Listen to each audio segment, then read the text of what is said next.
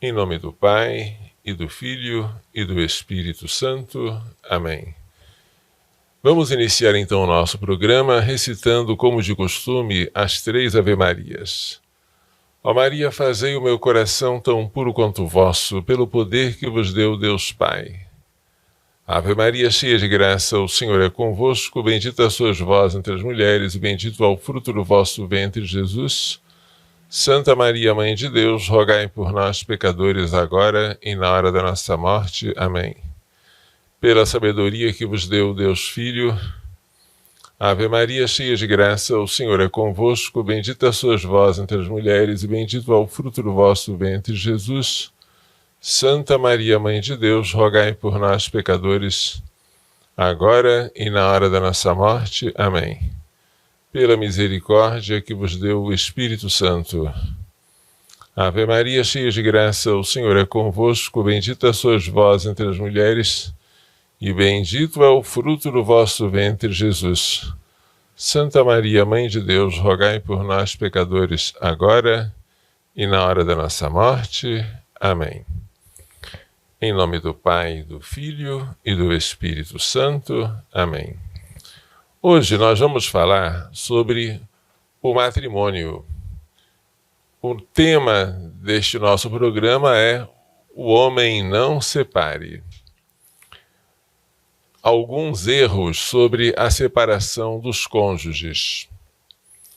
Jesus foi claro: quem despede sua mulher e casa com outra, comete adultério contra a primeira.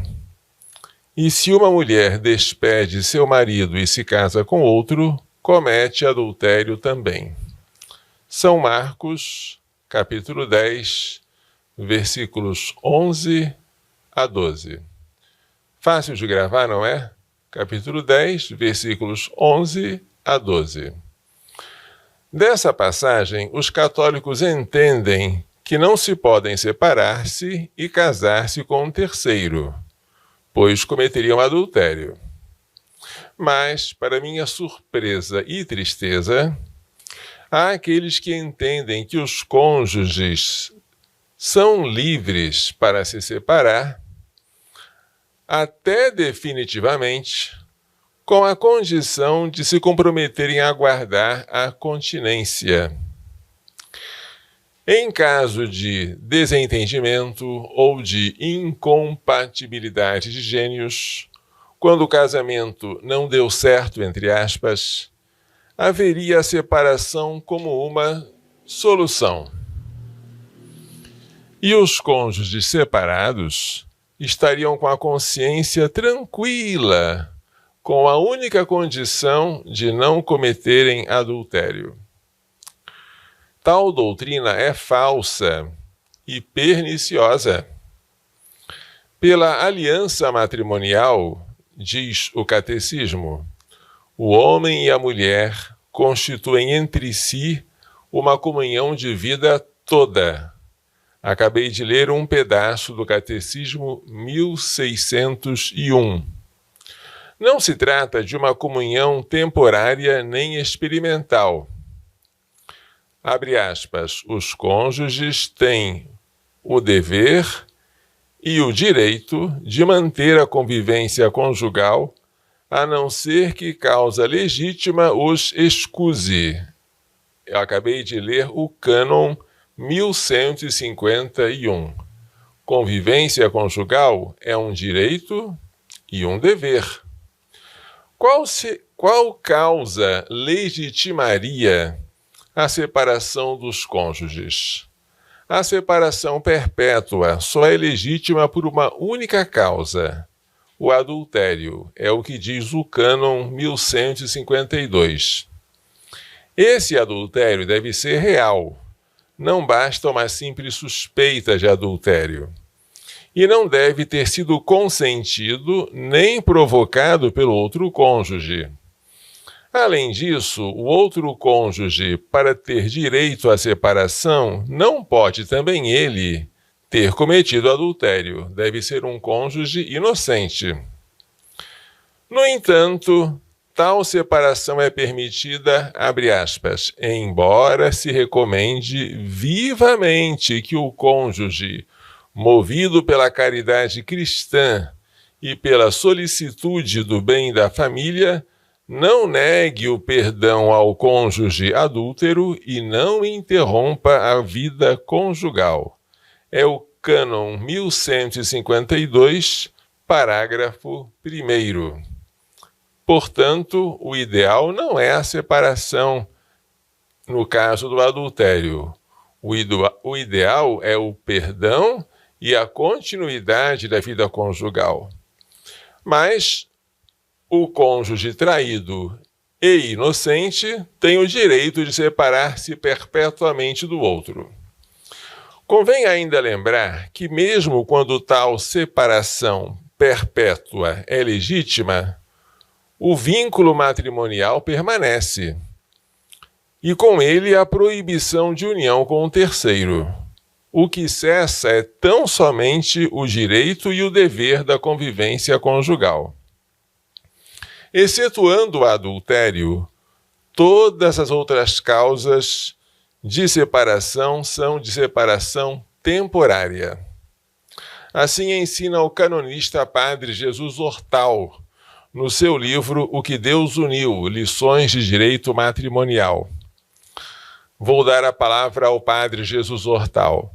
Na separação perpétua há sempre um elemento de culpabilidade, enquanto na temporária o que conta é a periculosidade. Por isso, na separação perpétua, cessa o direito do cônjuge culpável. Na temporária, fica suspenso enquanto perdurar a periculosidade. Por isso também, a separação temporária não dura mais ou menos de acordo com a gravidade dos fatos invocados, mas apenas segundo a permanência ou não do perigo. Eu não posso dizer, eu agora vou me separar mais tempo porque a minha mulher cometeu uma coisa muito grave, ou menos tempo porque ela cometeu coisas menos graves. Não, a separação temporária não tem caráter de pena. Ela tem caráter de medida de segurança. Ela evita o perigo, independentemente do que o outro cometeu.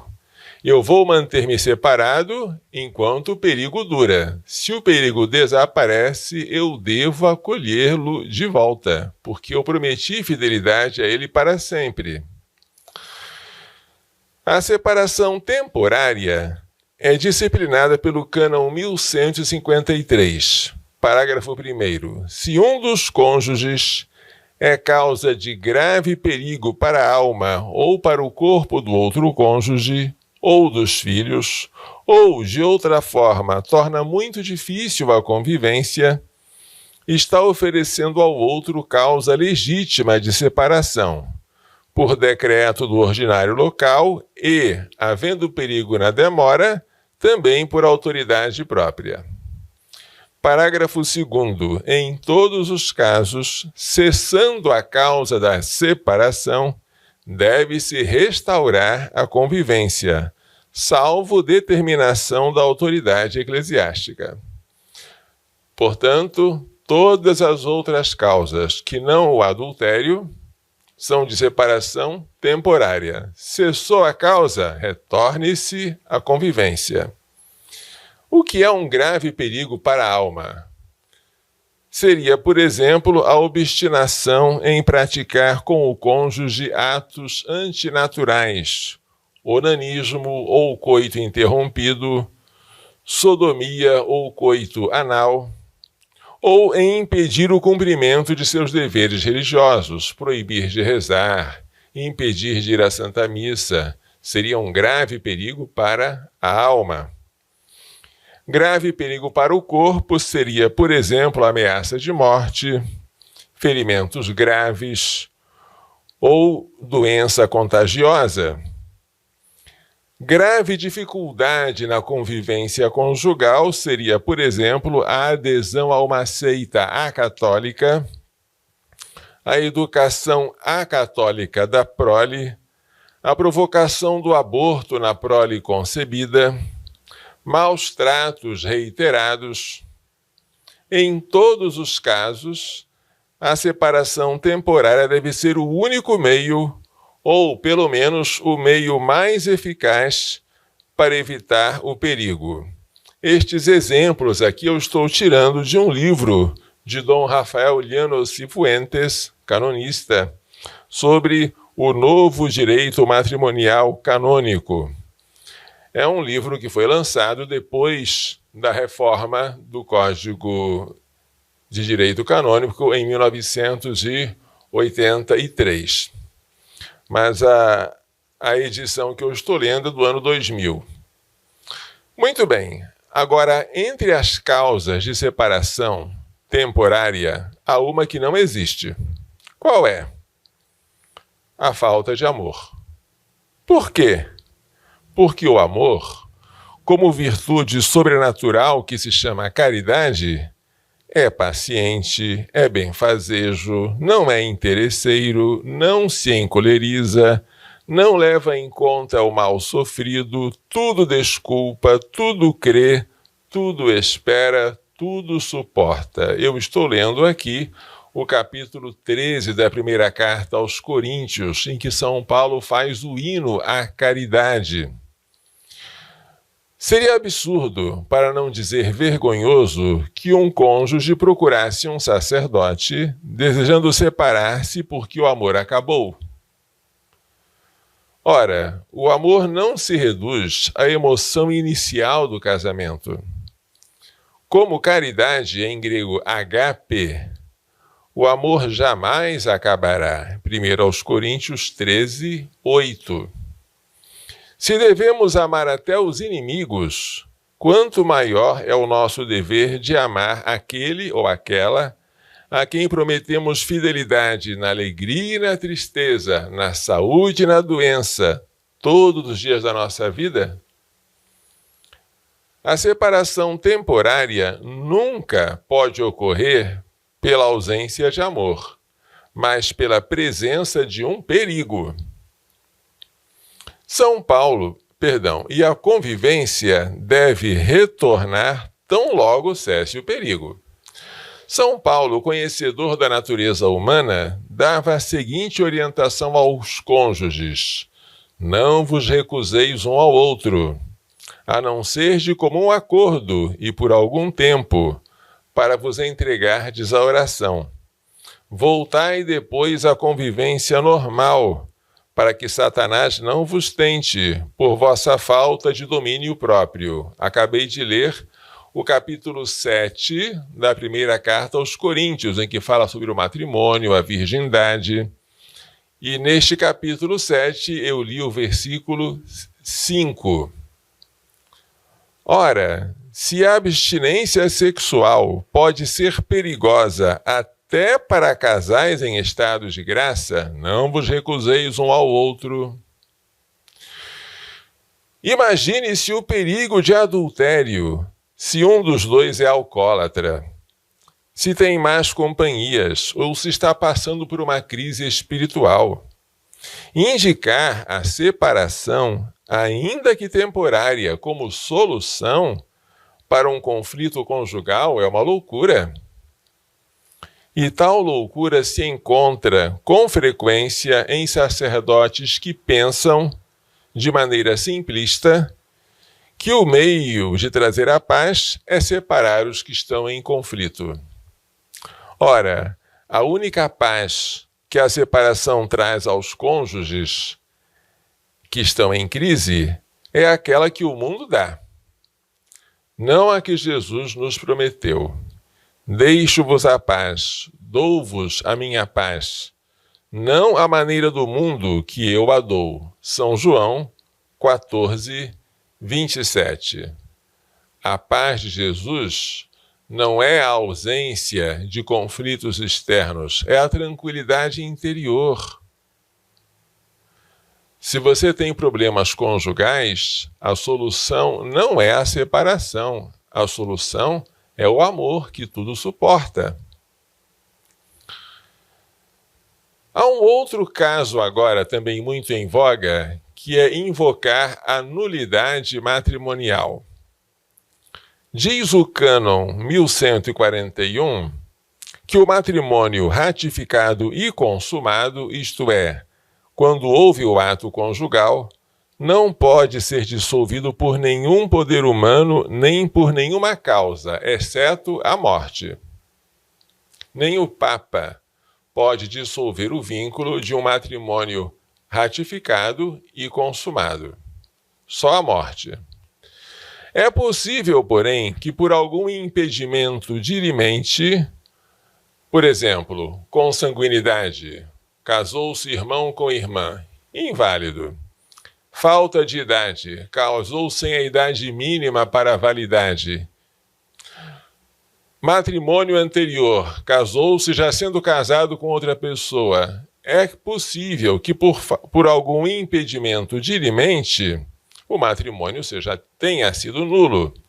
Ou então por vício do conhecimento, a pessoa se casou por coação, ou se casou por medo grave, ou se casou com a falta da intenção de ser fiel por toda a vida, ou se casou com a exclusão radical da fecundidade, eu me caso sem querer jamais ter filhos, o matrimônio foi inválido, por vício de consentimento.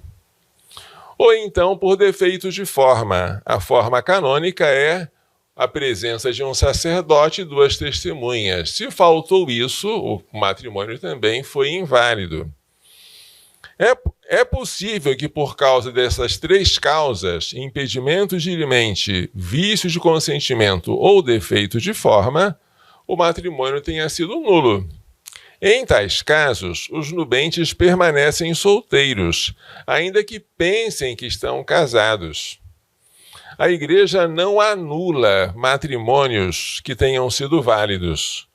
O que ela pode fazer é investigar se, por algum motivo, o matrimônio nunca existiu. Não há, portanto, processos de anulação de matrimônios ratificados e consumados. Se tais matrimônios foram válidos, a Igreja não tem o poder de invalidá-los. Mas ela pode, após uma prudente investigação, declarar que o matrimônio foi nulo e que os cônjuges permanecem solteiros. Em tal caso, eles estão livres para se casar não uma segunda vez, pois o suposto casamento não houve, mas pela primeira vez. No entanto, mesmo que o matrimônio tenha sido nulo, convém tentar convalidá-lo. É o que dizia sabiamente o cânon 1676, antes da reforma de 2015 do Papa Francisco. Antes de aceitar a causa, e sempre que percebe esperança de sucesso, o juiz use meios pastorais a fim de que os cônjuges sejam levados a convalidar eventualmente o matrimônio e restabelecer a convivência conjugal. Afinal, o Evangelho aplica a Jesus o que disse o profeta Isaías: não quebrará a mecha, não quebrará o caniço rachado, nem apagará a mecha que ainda fumega. São Mateus 12, 20, citando Isaías 42, 3. Também a Igreja não tem interesse em quebrar o que pode ser curado, nem em apagar o que pode ser aceso. Se em uma crise conjugal um sacerdote percebe que o matrimônio foi ou pode ter sido nulo, o primeiro cuidado a tomar é guardar silêncio. Em seguida, deve-se buscar a reconciliação do casal, a prática da oração cotidiana em família, sobretudo o terço mariano, e a fuga das ocasiões próximas de pecar. Depois disso, que já se curou a crise conjugal, se a dúvida sobre a nulidade persistir, o padre pode sugerir a convalidação do matrimônio, o que pode ser feito pela renovação do consentimento. Depois que já resolveu o problema, os dois já estão em paz, estão rezando juntos, indo à Santa Missa, frequentando os sacramentos, fugindo das ocasiões de pecar, ainda persiste a dúvida sobre a validade? Agora sim vamos convalidar. A convalidação simples se faz por uma renovação do consentimento matrimonial. E assim tudo termina com um final feliz. Mas se o sacerdote, com boa intenção, cuidado com essas boas intenções, resolve informar à mulher ou ao marido sofredor que o seu matrimônio pode ter sido nulo, cria-se na pobre alma a expectativa não de reconciliação, mas de separação definitiva. Ainda que depois de terminado o processo canônico confirme-se que o matrimônio foi válido, a imaginação daquele cônjuge já terá voado longe, o que tornará cada vez mais difícil a reconciliação. E mais ainda, se desde o início o padre assegurar que o casamento foi nulo, o casal se sentirá na obrigação moral de evitar os atos conjugais, uma vez que entre solteiros, tais atos constituem o pecado da fornicação. Como é grande o dano de um sacerdote, bem intencionado, quando desde o início resolve não curar o que está rachado, nem reacender a chama que está se apagando, mas resolve destruir. Com boa intenção, mas destruir. Nós, padres, não podemos fazer isso. O problema que eu acabei de falar tornou-se maior com a publicação em 2015 do motu próprio Mitis Iudex Dominus Iesus, o manso juiz Senhor Jesus, pelo Papa Francisco. Este documento mudou radicalmente as normas processuais relativas às causas de nulidade matrimonial.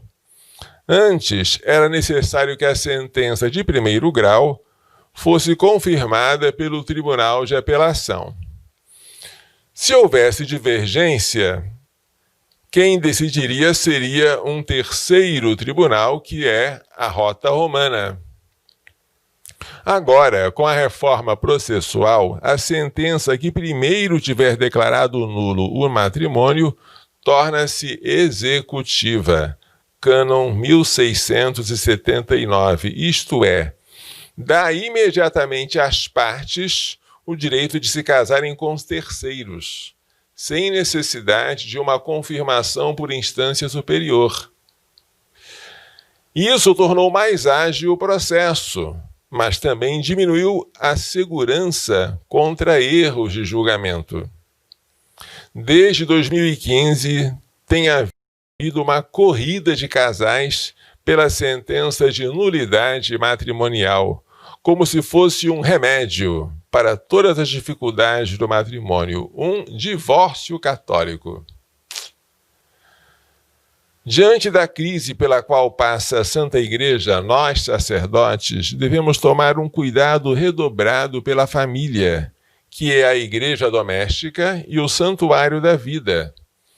Quando alguém, sob nossa direção espiritual, vem reclamar do seu cônjuge, não devemos sequer cogitar, e muito menos falar, em separação ou nulidade. Em vez de nos concentrarmos na culpa do cônjuge, devemos perguntar ao dirigido o que ele tem feito para ser um bom marido ou uma boa mulher. Devemos lembrá-lo que ele deve amar o cônjuge não somente por aquilo que dele recebe, mas por ele mesmo, por poder enriquecê-lo com o dom de si próprio. Estou citando aqui a encíclica Humanae Vitae do Papa Paulo VI.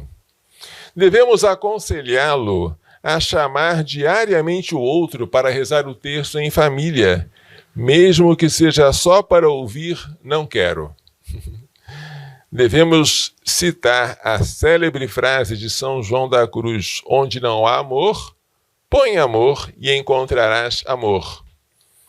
De um conselho sacerdotal, bom ou mau, pode resultar a salvação ou a ruína de uma família. Como é grande a nossa responsabilidade e como será severo o nosso juízo. Só para terminar, eu vou mencionar um caso real, sem contar o nome, de uma pessoa que veio reclamar comigo de uma crise conjugal. Ela disse: padre, quando eu me casei para sempre. Eu tinha a intenção de ter muitos filhos, mas a crise pela qual estou passando está tão grande que aí veio-me uma luz no fim do túnel. Eu pensei em procurar se houve alguma nulidade. Quando ela falou isso, eu disse: para, nem pense nisso. Você se casou para sempre, não fique agora olhando para trás. Mas, padre, e se eu não aguentar? Ué, a caridade tudo suporta. Sim, padre, mas e se eu não aguentar? E como ela insistisse muito, eu falei: se você não aguentar, você pega a sua certidão de batismo, rasga e diz para si mesma: eu não sou digna do reino dos céus. Quando eu falei isso, ela parou, não insistiu mais, não falou mais sobre o assunto. Alguns meses depois, ela veio me agradecer. Padre, obrigado por você não ter levado adiante aquela minha ideia de nulidade matrimonial. Não era nada daquilo. Aí ela se reconciliou com o marido, os dois tiveram mais filhos, passaram a rezar juntos, e tudo isso poderia não ser assim se eu, padre, naquele momento tivesse perguntado para ela: mas como foi o seu casamento? Houve algum vício de consentimento? Houve algum defeito de forma? Quanta coisa terrível eu teria colocado na cabecinha dela. Isso não se faz, gente. A gente tem que preservar a mecha que ainda fumega e conservar a cana que está rachada, mas não se quebrou. Esta é a missão da igreja. Se nós não conservarmos a família, não vamos conservar a vida, porque a família é o santuário da vida. A missão pró-vida passa pela missão pró-família. E é por isso que eu peço a mim, aos sacerdotes, aos leigos de um modo geral, vamos cuidar muito da família. O futuro da humanidade passa pela família. É o que dizia o Papa São João Paulo II. Vamos então terminar com a bênção final. O Senhor esteja convosco. Pela imposição de minhas mãos sacerdotais e pela invocação da bem-aventurada sempre Virgem Maria, de São José, seu castíssimo esposo, de São Luís Gonzaga, de São Luís Maria Griões de Montfort, de Santa Genevieve Mola, de São Miguel, São Gabriel, São Rafael, de todos os anjos e santos, abençoe-vos, proteja-vos e guarde-vos com toda a bênção do céu e da terra, Deus Todo-Poderoso, Pai, Filho e Espírito Santo. Amém. Coração Imaculado de Maria, livrai-nos da maldição do aborto.